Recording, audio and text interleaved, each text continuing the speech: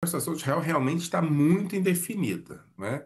É, é, eu tendo a acreditar que a guerra lançada por Israel contra o Irã, e se eu concordo que é uma guerra muito mais longa do que 12 dias, mas a gente faz uma análise muito específica, a guerra dos 12 dias, ela tem duas fases. Os dois primeiros dias dela e o resto dela. Os dois primeiros dias dela foi a tentativa de Netanyahu se estabelecer como uma espécie de referência de direita às dimensões do sionismo trabalhista. Ele achou que a partir daquele momento ele se constituiria como a grande liderança depois de Ben-Gurion. O que aconteceu na prática não foi isso. Né? Não foi isso, porque a experiência da sociedade israelense nessa guerra não foi uma experiência de vitória total. Veja bem, não estou me referindo à guerra como todo, estou me referindo à experiência da sociedade israelense nessa guerra. Uma pesquisa eleitoral no dia seguinte ao final da guerra mostrou que o governo de Israel continua tendo, nas próximas eleições, uma minoria no parlamento. Né? A oposição aumentou a sua vantagem em relação às pesquisas anteriores.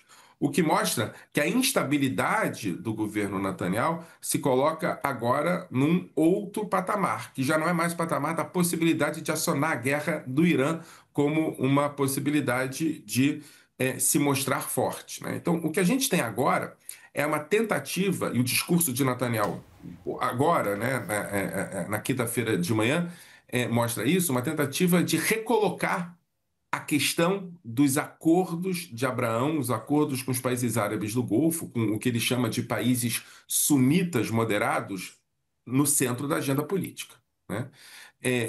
A questão fundamental aqui são duas, eu diria.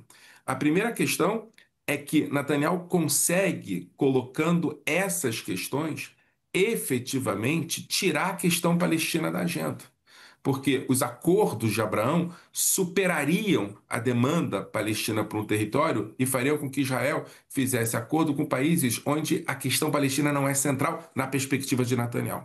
Né? Então, assim, fazer acordos com os países árabes do Golfo é, em última instância, não fazer acordo com os palestinos na perspectiva, na gramática política de Netanyahu.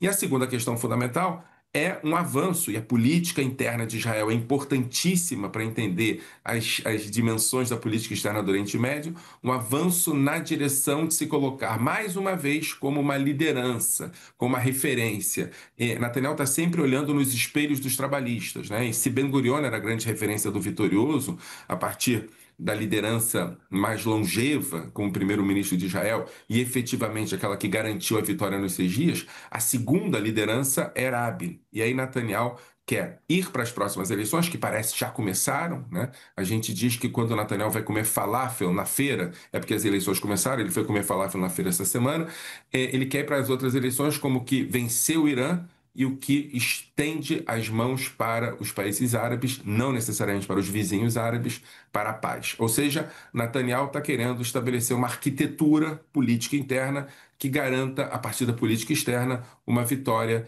que reverta o quadro eleitoral que se apresente e que seja acachapante nas próximas eleições, que garanta a ele, em última instância, que ele seja reeleito primeiro-ministro e fique fora da cadeia.